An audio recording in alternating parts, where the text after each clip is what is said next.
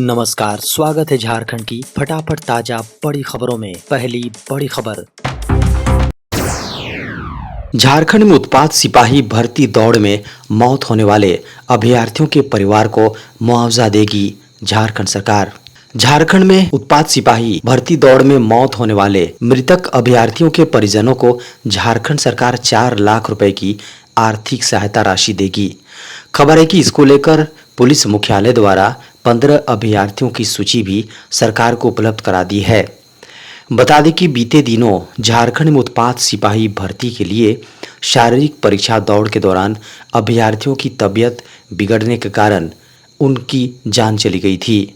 Physical test के दौरान व्यवस्था में कमी समेत अन्य कारणों के वजह से झारखंड में कई अभ्यर्थियों के गिरने, बेहोश होने और फिर उनकी मृत्यु के मामले सामने आए थे। बता दें कि झारखंड में सिपाही बहाली के दौरान अभ्यर्थियों की मृत्यु के बाद अब झारखंड की हेमंत सोरेन सरकार ने मुआवजे का ऐलान किया है।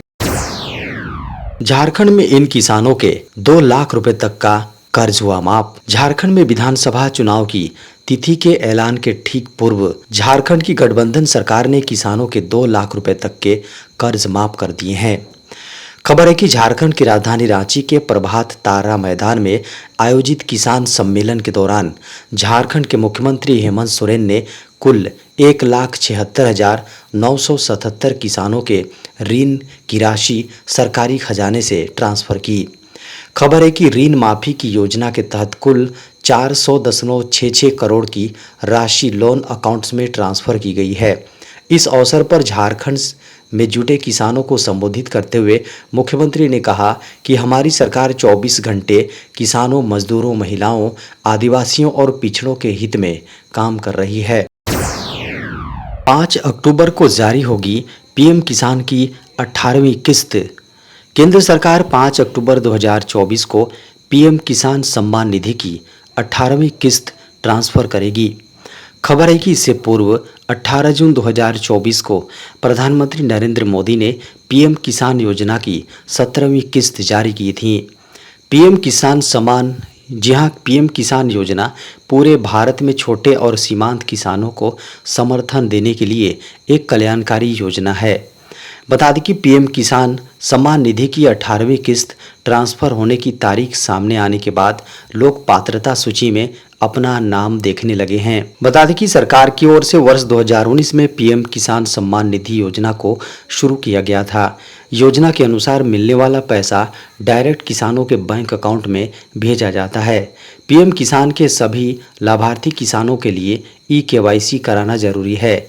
ई-केवाईसी के जरिए आपकी पहचान की पुष्टि होने के बाद ही पैसा आपके अकाउंट में ट्रांसफर होता है। देश में साइबर अपराध में सम्मिलित साइबर ठगों के लाखों नंबर हुए बंद। देश में साइबर क्राइम पर लगाम लगाने के लिए कई कदम उठाए जा रहे हैं। बता दें कि साइबर ठगी को रोकने के लिए बड़ी कार्रवाई की गई है। संचार साथी पोर्टल पर लोगों द्वारा की जा रही शिकायतों पर भारत सरकार का दूरसंचार मंत्रालय कार्रवाई कर रहा है। सितंबर के आधे महीने यानी 15 दिनों तक लगभग 3 लाख नंबरों को बंद किया गया है। इसके साथ ही लगभग 3.5 लाख हैंडर्स यानी एसएमएस को ब्लॉक किया गया है। इतना ही नहीं, सरकार ने साइबर ठगी में 2.37 लाख मोबाइल हैंडसेट को भी ब्लॉक कर दिया है। सरकार ने टेलीकॉम ऑपरेटरों को भी सख्त निर्देश दिए हैं और ऐसे नंबरों की पहचान करने के लिए कहा है जो साइबर ठगी से जुड़े मामलों में इस्तेमाल हो रहे हैं। हाल ही में लोगों ने शिकायत पोर्टल के जरिए 1,06,912 शिकायतों को दर्ज कराया है। इनमें से 90,769 शिकायतों पर कार्रवाई की गई है। रेलवे के इन जोन में 3,115 पदों पर आवेदन शुरू। 10वीं एवं ITI उत्तीर्ण छात्रों जो सरकारी नौकरी की तलाश कर रहे हैं उनके लिए रेलवे में नौकरी पाने का सुनहरा अवसर है। RRC ईस्टर्न रेलवे की ओर से अप्रेंटिसशिप के 3,115 पदों पर भर्ती निकाली गई हैं। भर्ती के लिए आवेदन प्रक्रिया 24 सितंबर से शुरू हो गई है, जो निर्धारित अंतिम तारीख 23 अक्टूबर 2024 तक जारी रहेगी। बता दें कि इस भर्ती में शामिल होने के लिए इच्छुक एवं पात्र अभ्यर्थी निर्धारित तिथियों के अंदर ऑफिशियल वेबसाइट RRC recruit.co.in पर जाकर आवेदन प्रक्रिया पूर्ण कर सकते हैं। बता दें कि अप्रेंटिसशिप पदों पर आवेदन के लिए अभ्यर्थी मैट्रिक 10वीं उत्तीर्ण होने के साथ संबंधित ट्रेड में ITI पास किया हो। पैरासीटामोल समेत 50 से अधिक दवाएं हुई टेस्ट में फेल। CDSCO यानी केंद्रीय औषधि मानक नियंत्रण संगठन ने हाल ही में दवाइयों की क्वालिटी टेस्ट किया, जिसमें 53 दवाओं को इस सूची में फेल कर दिया गया है। इस सूची में शामिल दवाओं में BP, डायबिटीज, एसिड रिफ्लक्स और विटामिन की कुछ दवाइयाँ भी शामिल हैं।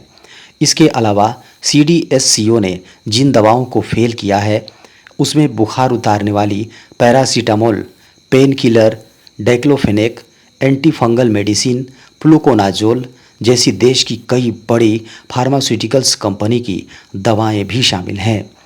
बता दें कि ये सभी दवाएं मेडिकल टेस्ट में फेल हो गई हैं और इनका सेहत के लिए नुकसानदायक भी बताया गया है।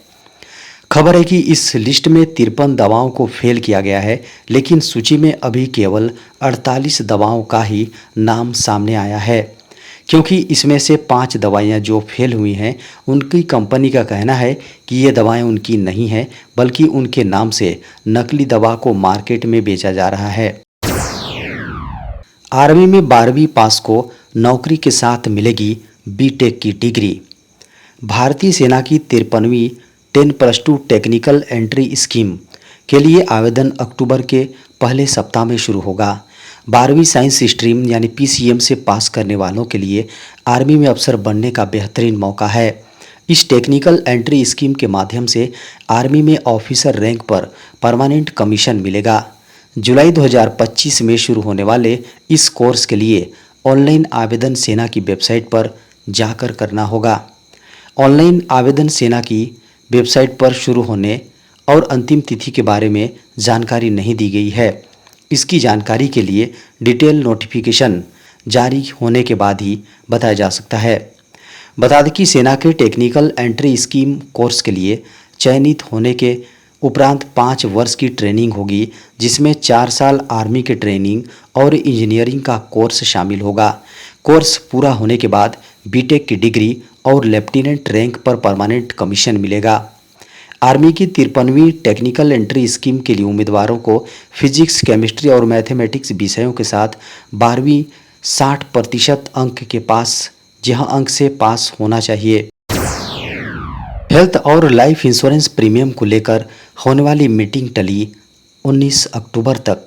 हेल्थ और लाइफ इंश्योरेंस प्रीमियम पर लगने वाले GST को कम करने के निर्णय पर मंत्री स्तरीय समिति यानी GOM की पहली बैठक 19 अक्टूबर को होने वाली है।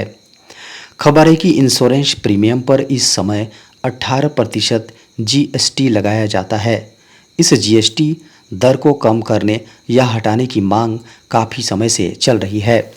GST परिषद ने इस महीने की शुरुआत में अपनी बैठक में हेल्थ और लाइफ इंश्योरेंस प्रीमियम पर टैक्स के बारे में निर्णय लेने के लिए 13 सदस्यीय मंत्री समूह गठित करने का फैसला लिया था। बता दें कि मंत्री समूह को अक्टूबर के अंत तक परिषद को अपनी रिपोर्ट सौंपने का आदेश दिया गया है। इंश्योरेंस प्रीमियम पर टैक्स के मुद्दे पर परिषद द्वारा आखिरी फैसला नवंबर में होने वाली अगली बैठक में लिया जाएगा, जो कि GOM की रिपोर्ट पर आधारित होगी। UPSC ने इन पदों के लिए जारी किया नोटिफिकेशन, इस दिन तक कर सकते हैं आवेदन। UPSC यानी संघ लोक सेवा आयोग ने नई भर्ती का नोटिफिकेशन जारी किया है। मीडिया की खबरों को माने तो UPSC ने civil engineering, mechanical engineering, electrical engineering और इलेक्ट्रॉनिक्स एंड टेलीकम्युनिकेशन इंजीनियरिंग के विभिन्न पदों को भरने के लिए योग्य उम्मीदवारों से आवेदन मांगे हैं।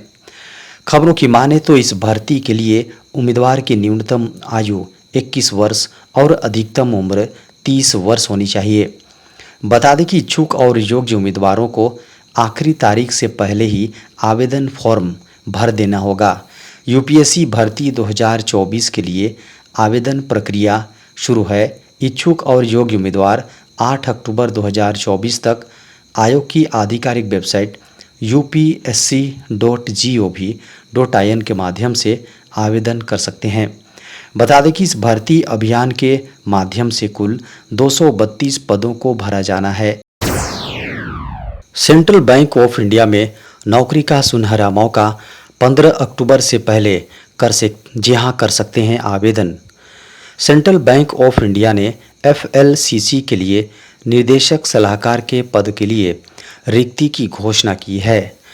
खबरों की माने तो इसके लिए आवेदन प्रक्रिया अब शुरू हो गई है। उम्मीदवार 15 अक्टूबर तक या उससे पूर्व अपने आवेदन समर्पित कर सकते हैं। बता दें कि इस भर्ती अभियान में सलाहकार पदों को भरा जाएगा, इसलिए इच्छुक और योग्य उम्मीदवारों को विवरणों की सावधानीपूर्वक समीक्षा करनी चाहिए। बता दें कि सेंट्रल बैंक ऑफ इंडिया भर्ती 2024 के लिए आवेदन करने वाले उम्मीदवारों के पास किसी मान्यता प्राप्त विश्वविद्यालय से स्नातक या स्नातकोत्तर की डिग्री होनी चाहिए। साथ ही आधिकारिक अधिसूचना में निर्दिष्ट कोई अन्य योग्यता भी होनी चाहिए। आवेदकों की आयु सीमा 65 वर्ष से अधिक नहीं होनी चाहिए।